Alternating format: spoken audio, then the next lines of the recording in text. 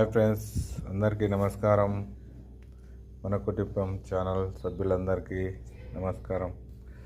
ఈరోజు ఏమంటారు, అప్పుడు చిన్నప్పుడు మా అమ్మ బాగా చేసేది ఇవి గోధుమ రొట్టె, బెల్లం, చెక్క బెల్లం అంటే నెయ్యి, బెల్లం, లైట్గా ఇలాచి, ఒక 2-3 ఇలాచీలు వేసి సబ్జా గింజలు ఉంటాయి కదా, సబ్జా ఆకు తెలుసుగా మీకు, సబ్జా ఆకు టేస్ట్ అంటే మామూలుగా ఎక్కడ దర్గాల కాడ అక్కడిక్కడ చేసినప్పుడు ఇవి వాడుతుంటారు ఎక్కువ. కాకపోతే మా అమ్మ ఏం చేసేదంటే, మాకు ఎప్పుడైనా తినబుద్ధి అయినప్పుడు చేసి పెట్టమ్మా అంటే ఇట్లా చేసి పెట్టేది.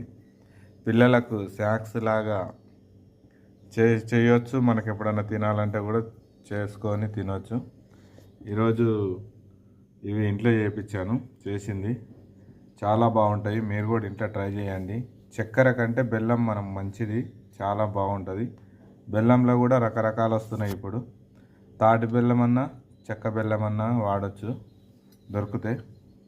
చూడండి ఫ్రెండ్స్, ఈరోజు మళ్ళీ ఇవి తయారు చేసినాక మళ్ళీ తీస్తాను వీడియో, చూస్తుండండి.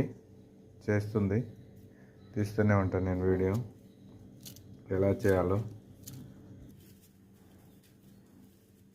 ఇలా చిన్న చిన్న ముక్కల్లాగా చేసి గోధుమ రొట్టెలు వేడివేడిగా ఉండాలి, బాగుంటుంటాయి, టేస్ట్ బాగుంటుంది.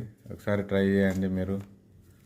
మీకు ఇంతకుముందు తిన్నోళ్ళు అంటే మీకు ఐడియా ఉంటుంది కాబట్టి, కొత్తగా చూసిన వాళ్ళు ట్రై చేయండి. ఫస్ట్ గోధుమ రొట్టెలు చేసుకోవాలి, తర్వాత బెల్లం పొడిగా చేసుకోవాలి.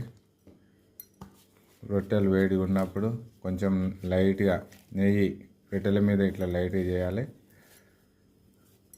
ఆకు 2-3 ఇలాచి మెత్తగా దంచి టేస్ట్ కోసం బాగుంటుంది, ఫ్లేవర్ బాగుంటుంది. ఇలా పిసకాలి గట్టిగా, మంచిగా లడ్డులాగా తయారవుతుంది.